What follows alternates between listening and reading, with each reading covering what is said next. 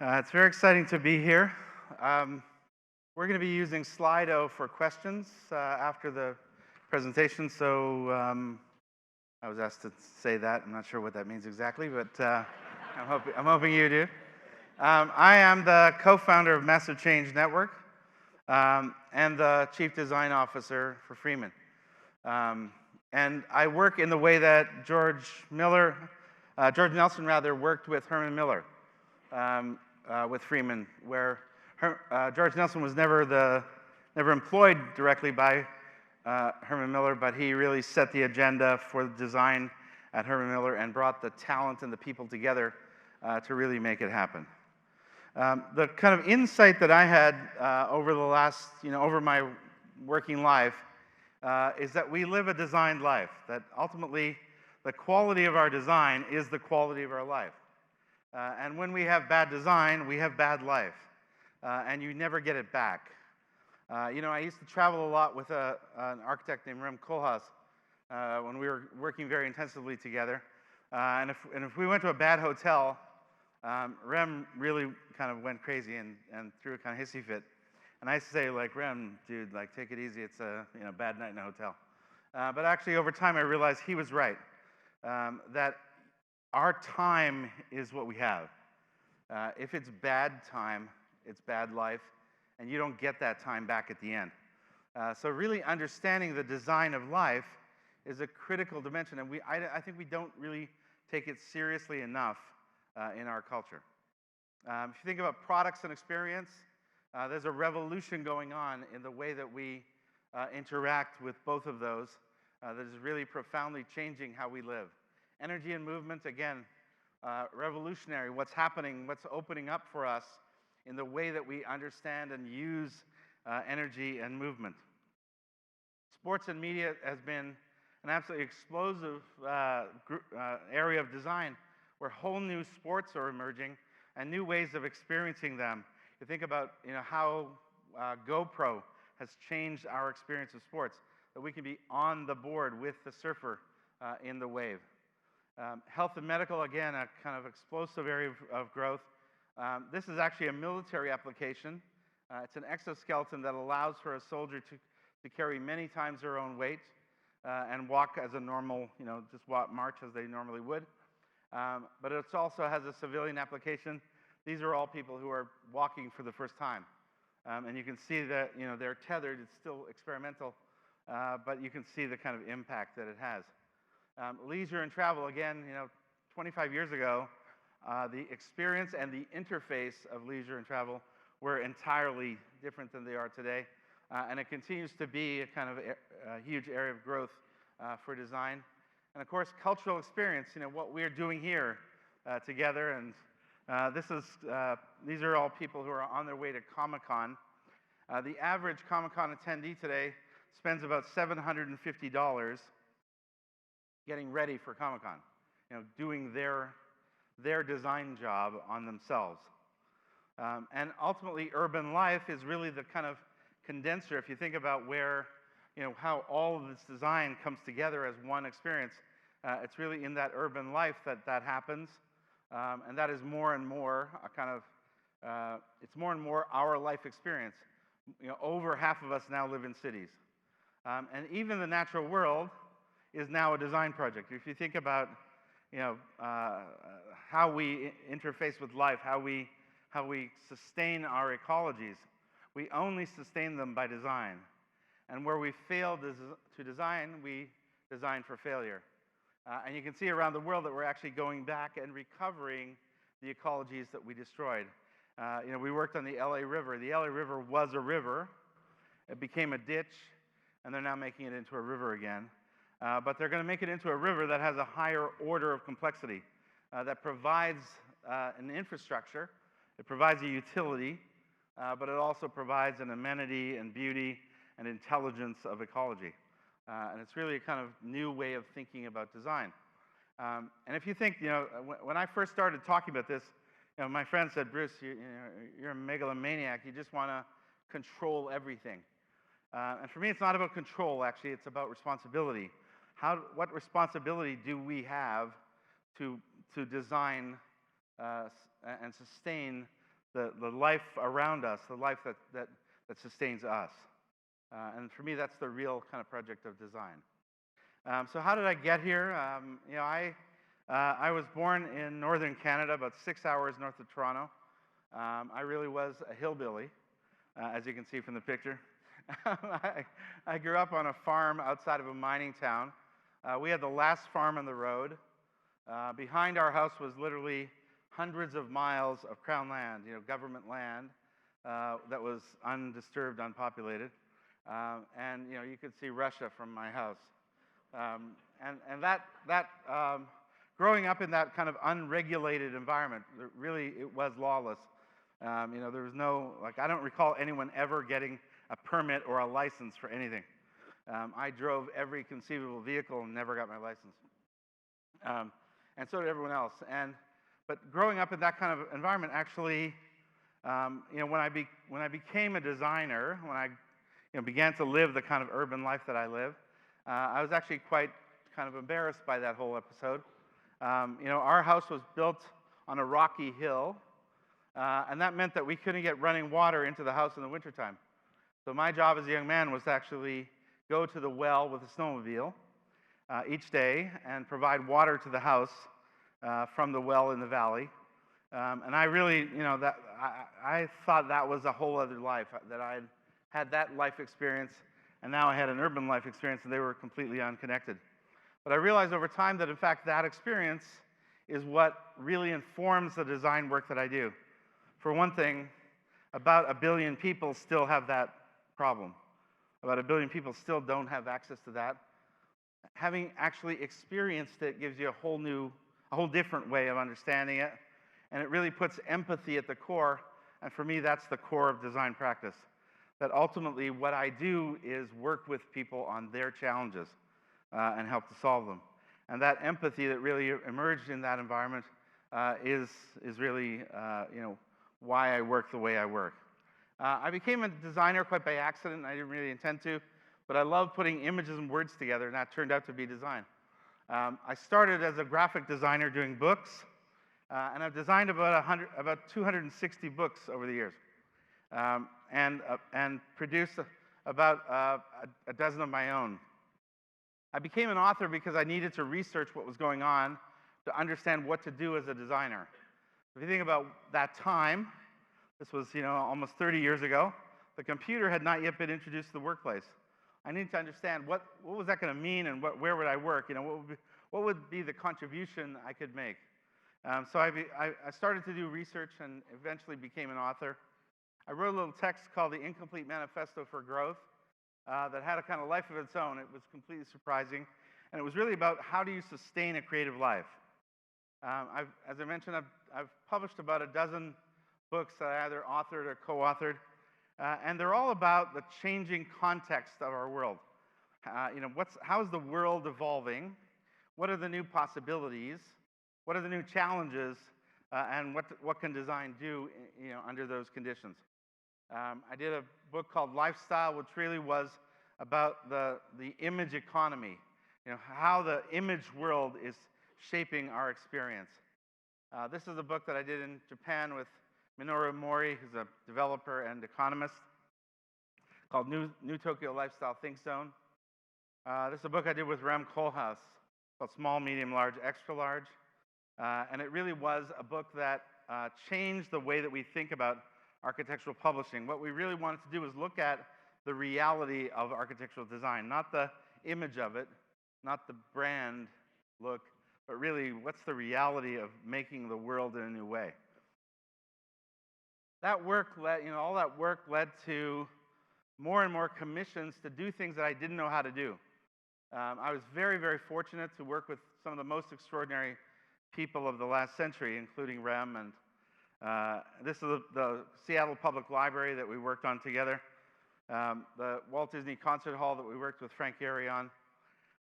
This is a new museum of biodiversity in Panama City that just recently opened, and it was really about understanding how do we sustain the ecology of Panama as one of the richest places in the world for biodiversity. I worked with a group of people out of Guatemala to design a movement in Guatemala to allow the citizens of Guatemala to imagine their future again.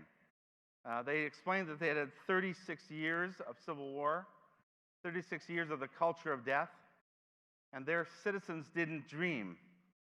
And I was really shocked that people would not dream. And I didn't realize that, in fact, dreaming is an infrastructure. We are taught to dream. We learn how to dream. And we develop an expertise in dreaming. Every designer, every artist, every person, I imagine, coming to South by Southwest is just expects to dream. Well, they said we don't, because we've had 36 years of death. Most of our people have known nothing else. And so we did a project called The Culture of Life, and it was really about recovering and beginning to build the foundations of life again in Guatemala. We changed the first day that I arrived, they took me to meet the vice president, and they said, "This is Bruce, and he's going to redesign Guatemala." And I said, "Guys, like, time out. Like, I didn't say anything of the sort. And if anyone offers to do that, you should run away from them, because the only people who can and will do it are Guatemalans. And we can help you. We can help you advance it. We can help you accelerate it. But ultimately, you're going to do it." And they said, "Well, you got to change the name of the country then." And I was like, "Wow, you guys really think big. Why would you do that? Right? Why would you do that?" And they said, "Well, the place is called Guate when the Spanish arrived. The Spanish hated it, so they called it Guatemala, which is bad Guate. And how would you like to grow up and live in the United States of bad place?" And I said, "You really got a point." So we added an extra A, and we launched a movement called the Guatemala movement. And Amala is the love of Guate. And it really was a love movement that really transformed the country. It transformed the political dialogue and really changed the way that people thought about possibility. We worked with MoMA to move them into their new digs. We worked with Coca-Cola to build their sustainability platform and really design the whole enterprise for perpetuity. How can we actually do what we're doing, but do it in a way that we can do it forever and not pass a toxic check to our kids? Again, really transformational. We designed the new Jets Giants Stadium, all the fan experience, and we worked with both the Jets and the Giants, which had its challenges, to kind of bring those two teams together in their new home. And probably the most extraordinary project I've ever worked on, we were commissioned to redesign Mecca. And if you told me when I was getting water from the well that I was going to design Mecca, I would have said, "You're really cracked. That's not going to happen." But that is what happened. They came to me and said, "Look, we'd like you to lead a project to reinvent Mecca because it's a real challenge." They have millions of people. It's one of the world's biggest events. Millions of people arrive all at once, and many people get killed often because of the design of the city. And so it's so crowded, and when crowds turn corners, it's a very dangerous situation. So last year was a particularly bad year. Almost 800 people were killed in the crush. And so they commissioned us and said, "We'd like a 20-year plan for the future of Mecca." And I said, "It's Mecca. Why don't we do a 1,000-year plan? Because if we do a 20-year plan, I'm going to have to base it on the car. And I checked, and the car's just about finished. So why don't we do a 1,000-year plan? Because we'll have to design a platform for design, knowing that we can't possibly know future technologies. And that will fundamentally change the nature of the problem." So that's the kind of body of work I've done over the last 25 years or so. It's been an absolutely extraordinary adventure. I couldn't have predicted or imagined the way that I live. What I saw in that transition from, when I started, we were still using hot metal type. What I saw in the transition was that we were changing design from form to content, from opaque to transparent. What all the kind of handheld devices do is they connect the world into a kind of visualization engine. We can see everything. We're seeing into things that have been secret for hundreds and even thousands of years. And that's the new time. That's the new era. It is a transparent era. Most politicians haven't yet got the memo. They still conduct themselves as if they can keep secrets. And we're seeing every day in the news just how futile that is. But it applies to everything that we do, to brands and businesses and institutions, in the way that we govern ourselves. This really is a new world. And designing in that world is a totally different problem. And we realized that what we were doing is really moving design from visual style to enterprise design. Now, in that process, we did a project that really, for me, kind of changed my life. It was just an experience that completely reaffirmed all the best things that I believe and kind of opened up possibilities in a new way. And it was a project called Massive Change. And the back cover kind of says it best. It's not about the world of design. It's about the design of the world. It's about our capacity to design the experiences that we live and really change the way that we occupy the world. We started a school to do it. We started a school called the Institute Without Boundaries. And it was an experience-based entrepreneurial experiment in design education. And about half of our students started new businesses. And if you compare that to business schools in America, the startup rate out of business schools is about 5%. So we had a tenfold increase. So we did a project really about our capacity to shape the world and how that was a kind of new movement that was happening. This was 13 years ago. This is the image economy. This is the economy of movement, the information economy, the manufacturing economy, where there's a totally new concept that waste equals food, that we're going to design our manufacturing in a way that the stuff that gets thrown away becomes the input for the next cycle. And that's just a new way of thinking compared to how we had done it for hundreds of years. We looked at the market economy. The market is not a natural environment. It's a design space. The design is regulation. And the regulation determines what has value and what gets exchanged. When we turn off the regulation, we turn off design, and the innovators innovate willy-nilly, and we have the crash.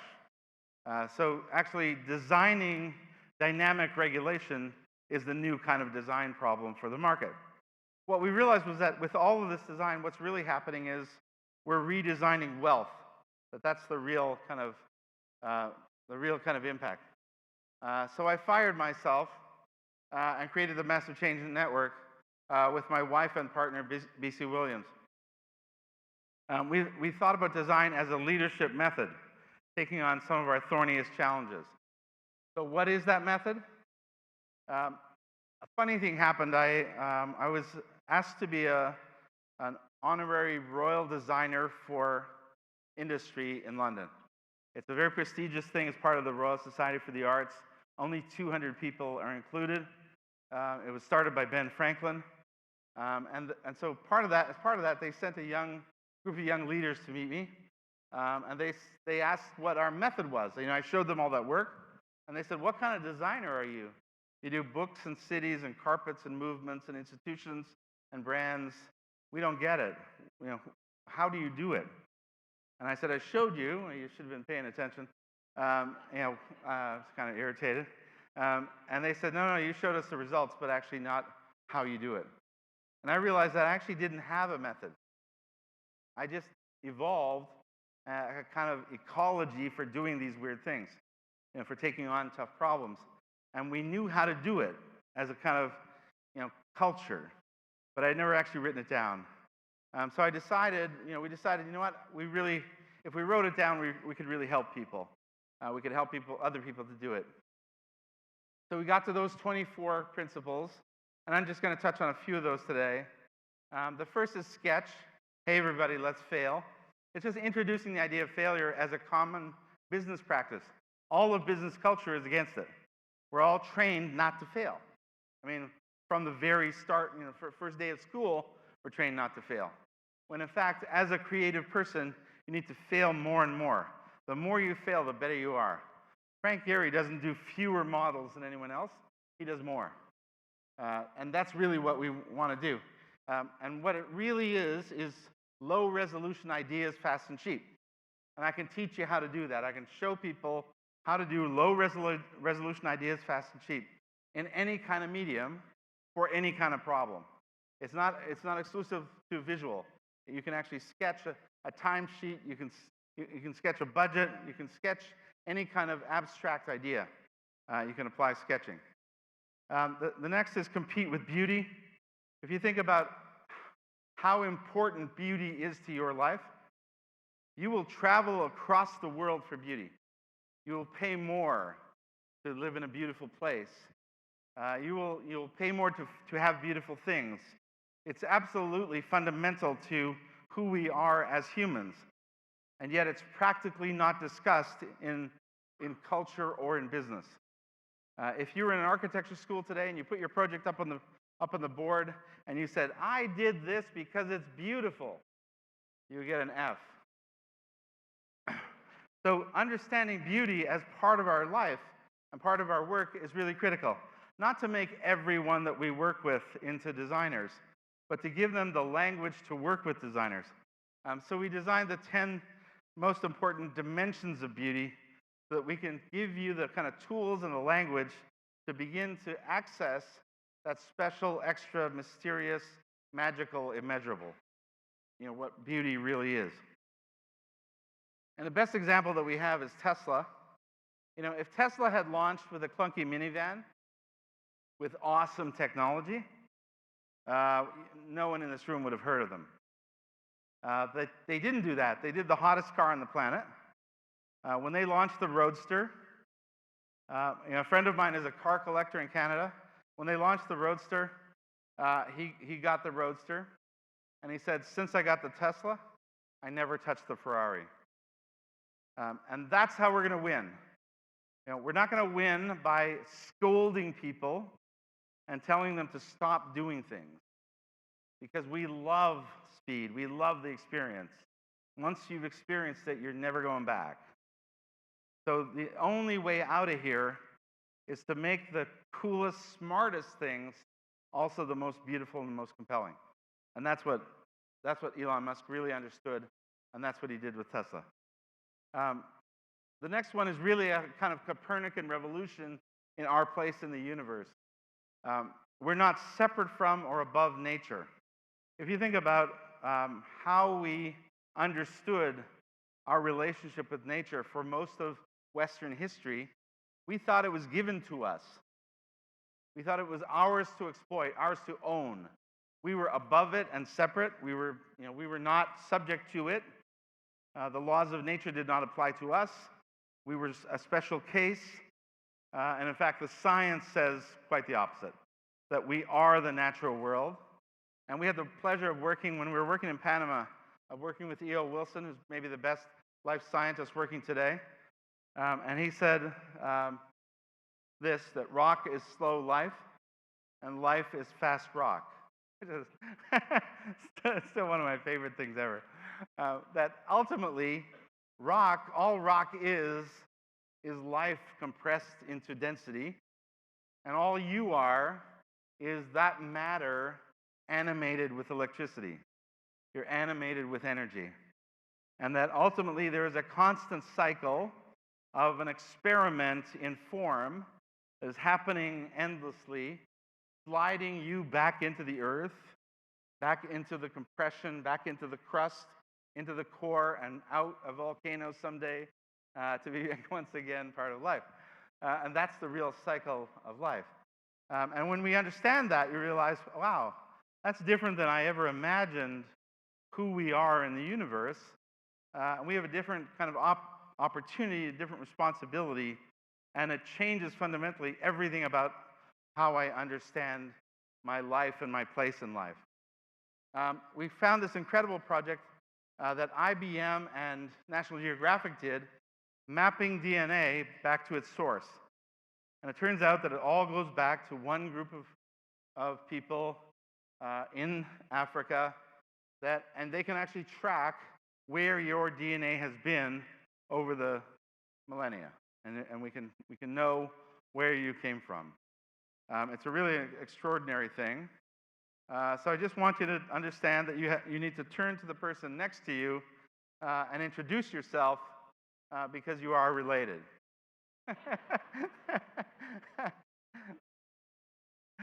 And just to give you a kind of sense of that, this is a short video that really, I mean, I think 20, 30 years from now, we're going to look back and think, how on earth did we treat them this way? These are two monkeys engaging with the training. Getting grape, and you will see what happens. So she gives a rock to us, that's the task. And we give her a piece of cucumber and she eats it. The other one needs to give a rock to us. And that's what she does. And she gets a grape. And she eats it. The other one sees that. She gives a rock to us now, gets again cucumber.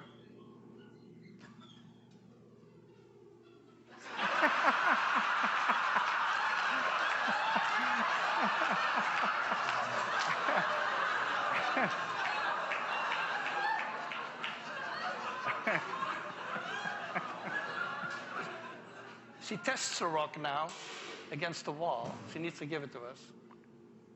And she gets cucumber again.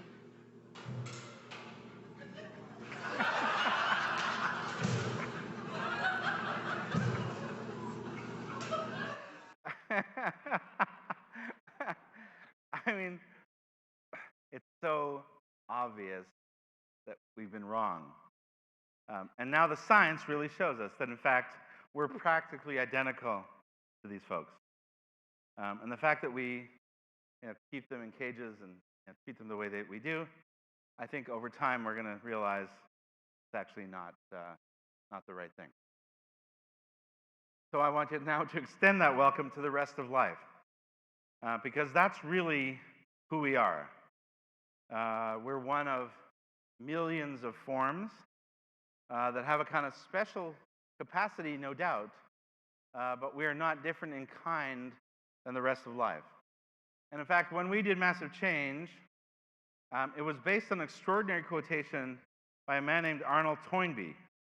And Toynbee said that he was a historian, British historian. He wrote a 20-volume set of books on the history of the world.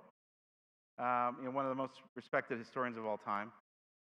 And he said, in 1957, he said, in the long sweep of history, the 20th century will not be remembered either for technical innovation or for violence and conflict. That in the end, it won't be violence and the wars that happened. And if you think about the Second World War, killed over 70 million people, the worst killing in human history. And it also triggered a flourishing of invention that went on through the century. But by then, they would have already seen the impact of it. And he said, no, it's not going to be technical innovation or violence and conflict.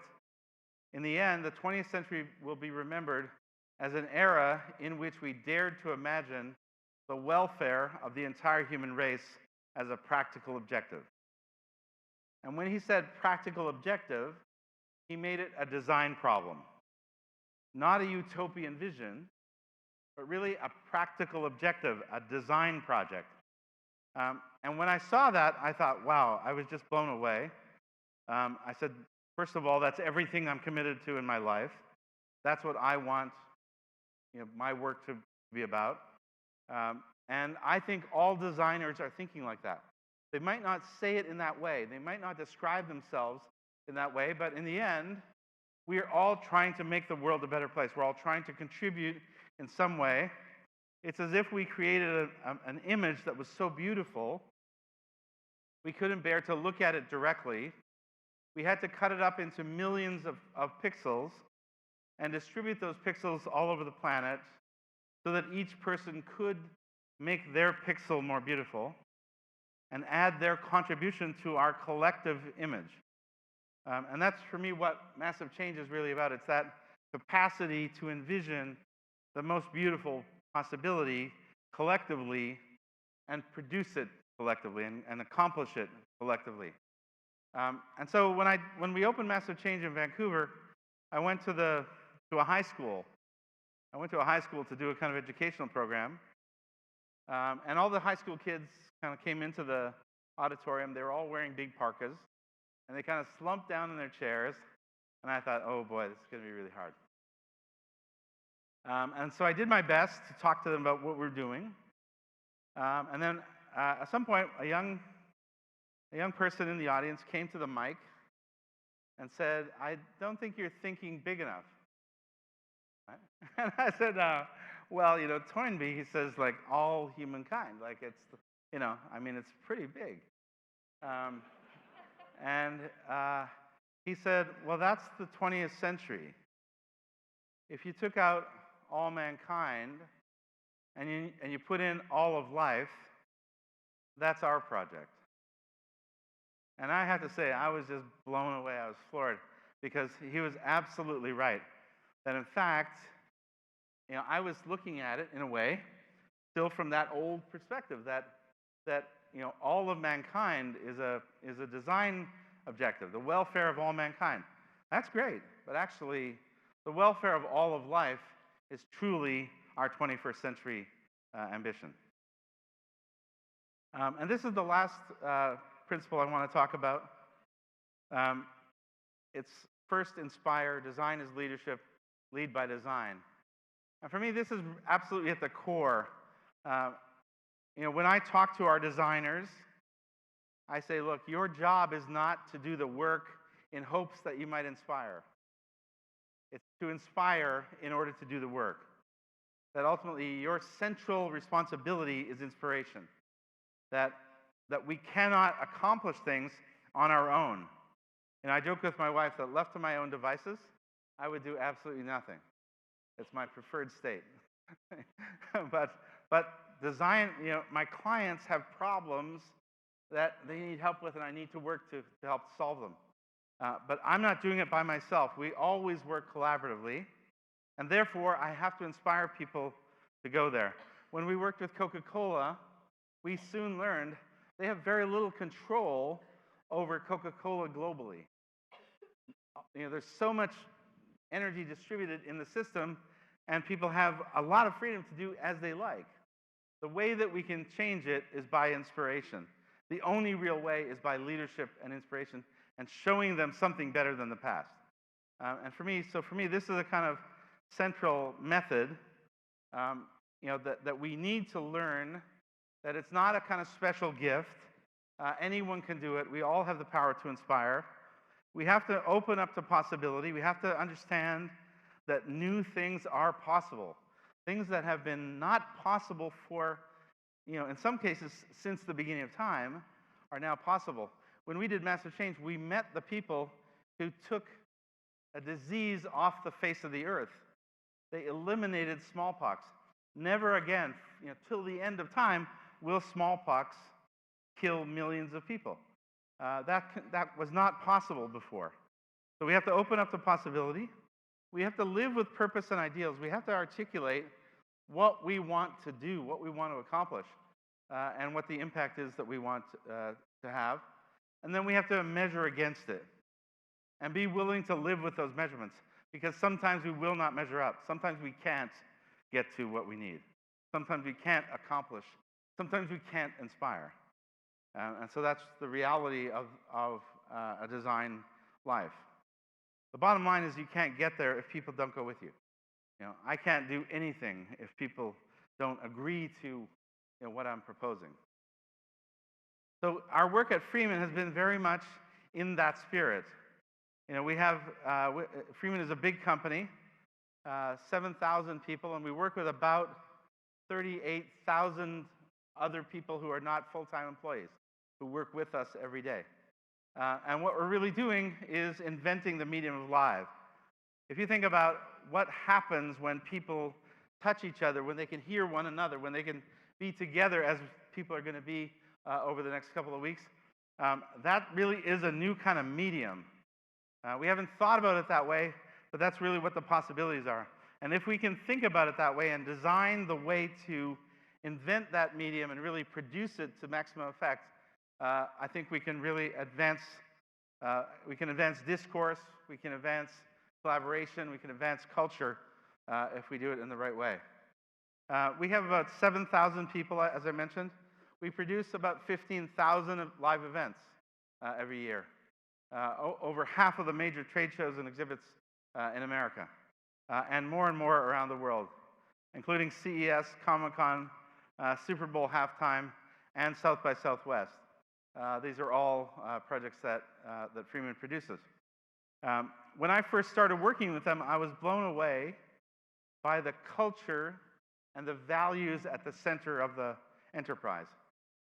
This was the first leadership conference that I attended, and I introduced, it was only a few years ago, and I introduced the idea of design thinking, that we can actually apply enterprise design to advance our work.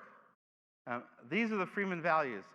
And I have to say that I've been involved with a lot of companies over the years who have little cards with value statements on them. Most of them are written by ad agencies, and they have practically no relevance to the people or the practices of the business. They're just written by somebody who thought we should have them.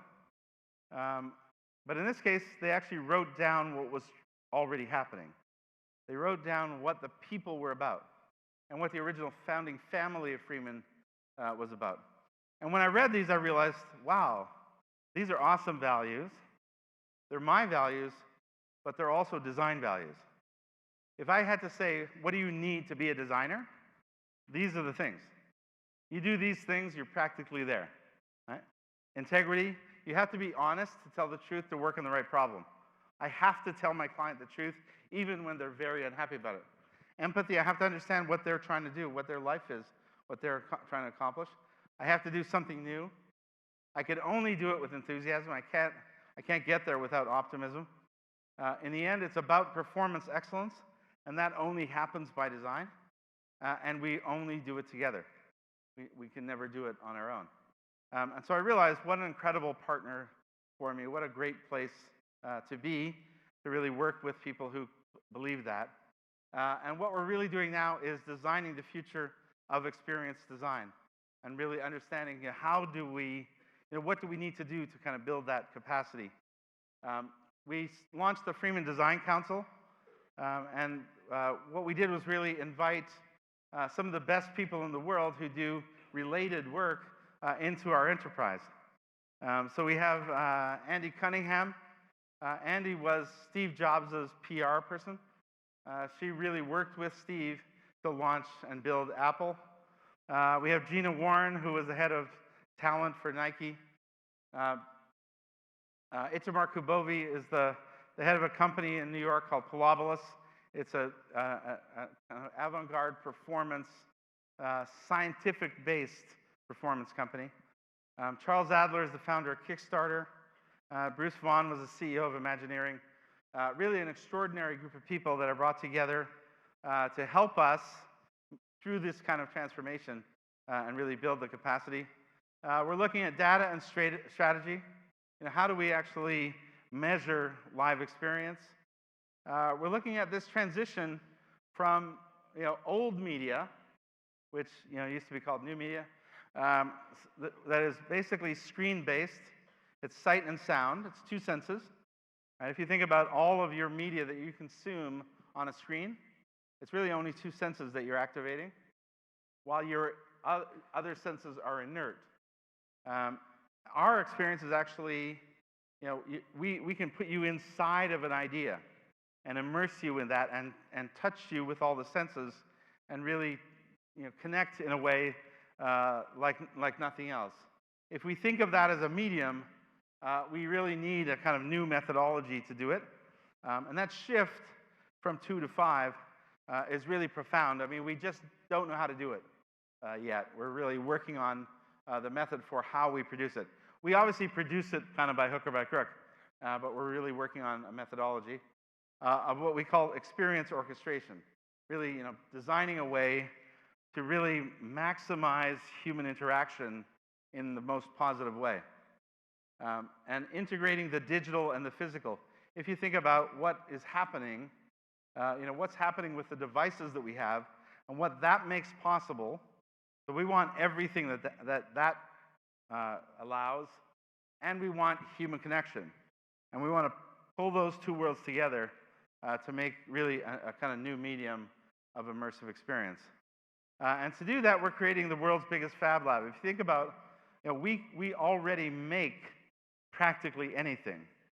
So we have the tools in 26 studios around the country and increasingly around the world to produce practically anything that you can imagine.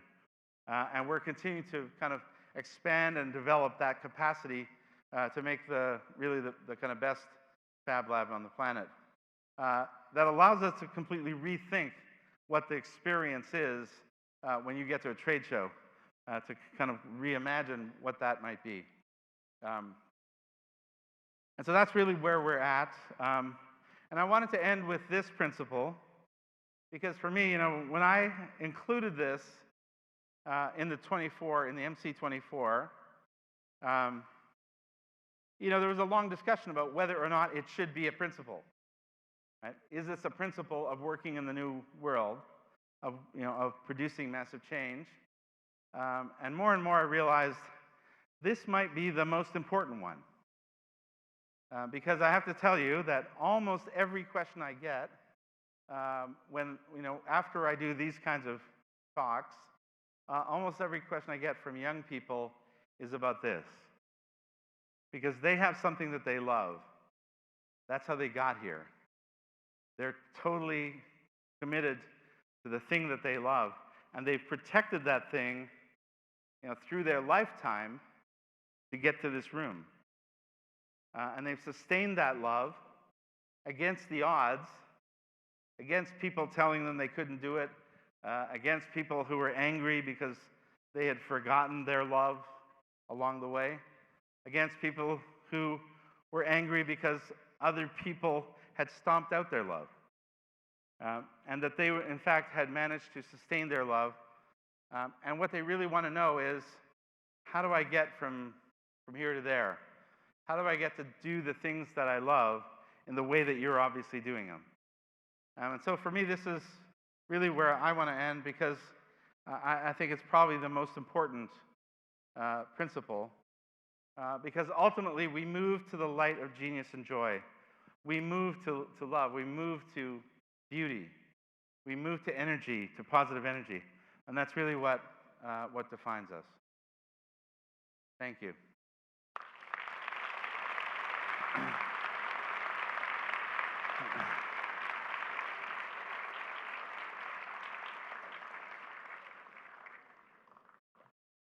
So now I have questions.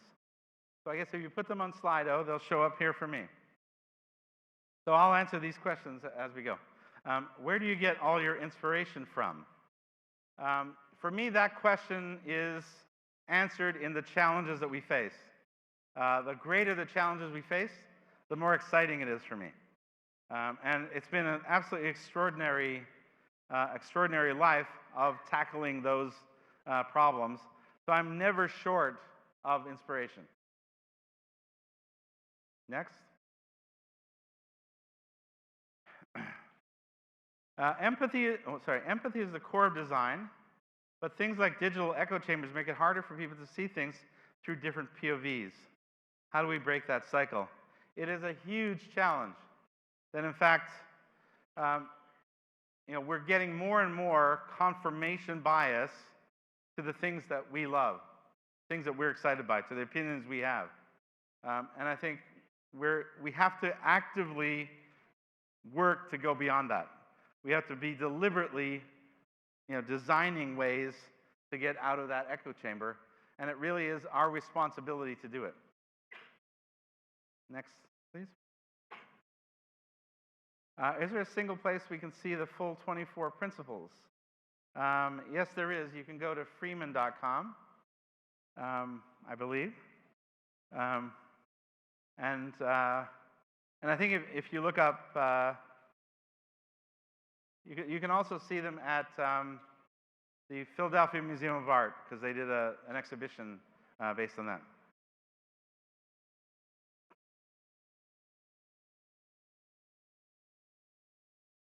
What about the evil people? That's a good question. I don't know about the evil people.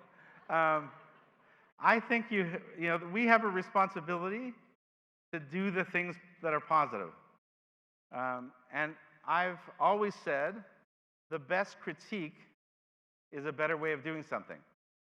Right? The best critique of people who have ill will and mean spirit is a better way of doing something, because even they have to acknowledge that's a better way of doing it.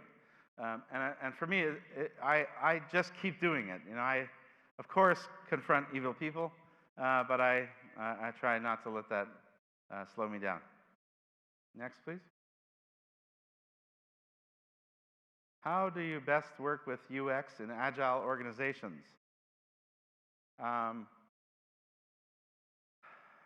There isn't a kind of simple answer to that.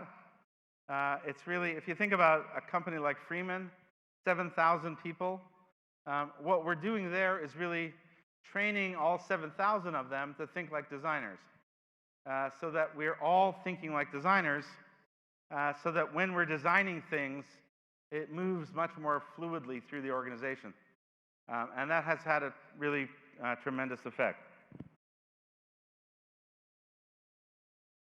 Can you speak to how good design is important to your daily life outside of work? Do you focus on having a beautiful home, objects, etc.? It's a great question. Yes, I do. I mean, for me, I have been very fortunate to be able to make that possible. But it's partly possible because I think about it. I think about how would I like to live? What kind of experience would I like in my life?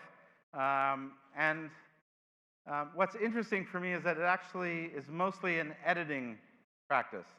It's mostly eliminating things, not adding things. It's about getting to fewer and fewer, more and more beautiful experiences. What is the biggest obstacle to beautiful, good life? I think one of the biggest, obviously one of the great obstacles is wealth. That we need a certain amount of wealth in order to accomplish, to provide people with access to those possibilities. But I think in some ways an even bigger obstacle is actually state of mind. That in the end, it's about sort of how we think about things, and how we define things, and really sort of our way of thinking that prevents us from kind of getting to those things. What do you mean by the Madonna Curve? The Madonna Curve is actually a concept that comes from her insights about the reality of ideas in our public imagination. What she realized better than anyone else is that an idea has a life of a musical note. In other words, it has an attack, a sustain, and a decay. So even the greatest concept ever, when you launch that idea, when you launch a brand or an idea or a project, you have this incredible uptake into the culture. People are excited by it. People see it. They talk about it. Before long, that begins to fade. What she saw better than anyone in her generation was where she was on that curve. And as her image began to kind of fade away in the public discourse, in the public imagination, she would disappear for 6 weeks and reappear with a whole new image, a whole new way of being in the public space. And she would take that image into the world, and she would launch off the top of that curve. Most performers, most ideas, most brands, most institutions, they don't realize that, first of all, that the law of gravity applies, and they don't realize where they are on the curve. And so they launch, and then they get success, and they're like the happiest people on the planet, and before long, it's fading, and they're doing exactly the things that they were doing, 3 years ago or 2 years ago, but the thing is dropping like a stone, and they can't figure out why. And the real reason is the Madonna Curve, that ultimately you have to know how to jump off the top of that curve, or you ride it to the bottom with the inevitable consequences. So that's really what the Madonna Curve is about. How design can work together with organic growth? It's a great question. it, it's really critical to understand how things evolve, right? And understand the kind of organic movement and changes in the world, and not imagine that you can control all of it, that somehow you can kind of master it. You need to work with those forces and design with them and not against them.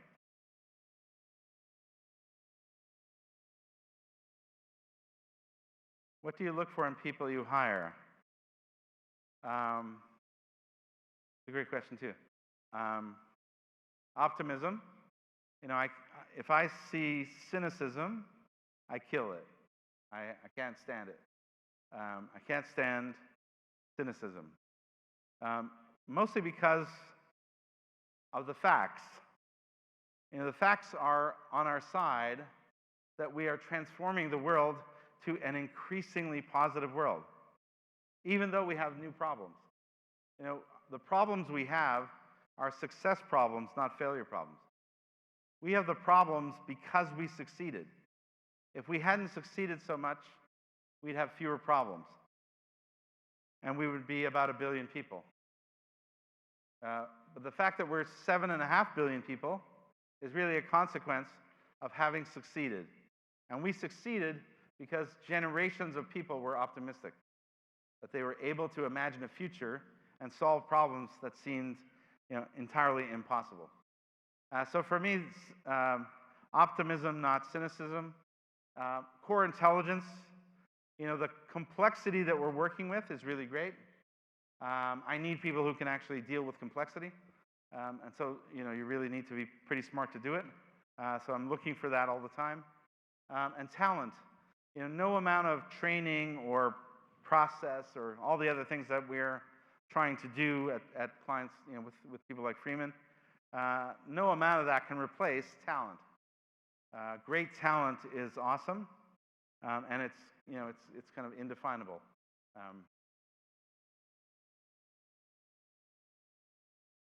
Working in the federal government and trying to bring about any kind of change is frustrating. How can these principles transcend bureaucracy? It's a great question, and we're actually applying them to all sorts of problems, all sorts of projects. That, in fact, New York Medicaid, independent of us, so independent of our folks at Massive Change Network, New York Medicaid discovered the principles. The people running the redesign of New York Medicaid, which is a $70 billion business, they discovered the principles independent of us and have been applying them for several years, and have had really profound impact on the New York Medicaid system.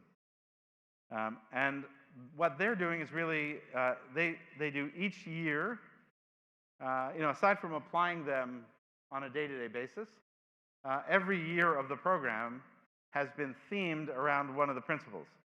Really looking at how do we apply this principle to the kind of re-engineering, the reconception of New York Medicaid, delivering healthcare to the most vulnerable people in our society in a way that is, more equitable, more efficient, more intelligent, and less costly. So it can be done. How to convince older people or more conservative people to change their minds or be encouraged to take big risks. I actually think that I convince them that it's not a big risk. I convince them that, in fact, doing nothing is the big risk. Sticking with the old way is the real big risk. That, in fact, when the whole world is changing, the idea that you're not going to change, that's risky. And in fact, a design methodology is the best way to take the risk out of the business, out of the process, and really support the process. What is your favorite principle and why? I mentioned it. I think work on what you love is probably my favorite because I've been so fortunate. I'm probably the luckiest designer of the last half century. I've just been so fortunate to be able to do that. But I was able to do it because I was systematically committed to doing it. When I was, when I was first working, I was very deliberate to only put out a pure signal. And I had this kind of quite crazy idea in my head that there was a thin layer of, it was like a thin layer around the whole globe, right? This kind of communication layer that was around the whole globe. And the only thing that it would communicate is truth. It would only communicate what you were really committed to. And that if you put your message into that layer, it would get your truth, your real commitment, out to the rest of the world and out to the people who are looking for you. And at the time, this was before FedEx and faxes, right, that I started work. At that time, I was working in Toronto, and I had this kind of idea that if I would just consistently do exactly what I wanted to do, that if I could manage to do that and put that work out into the world, it would find the people who were looking for me. They didn't know about me, and they didn't know they were looking for me. I didn't know about them, but I was certainly looking for them. And if I could put that pure signal out, it's only by keeping it pure that I could actually find them and that they could find me. And so I lived like a student for a decade, so that I could really do the things that I really love. And that turned into more and more things that I really love.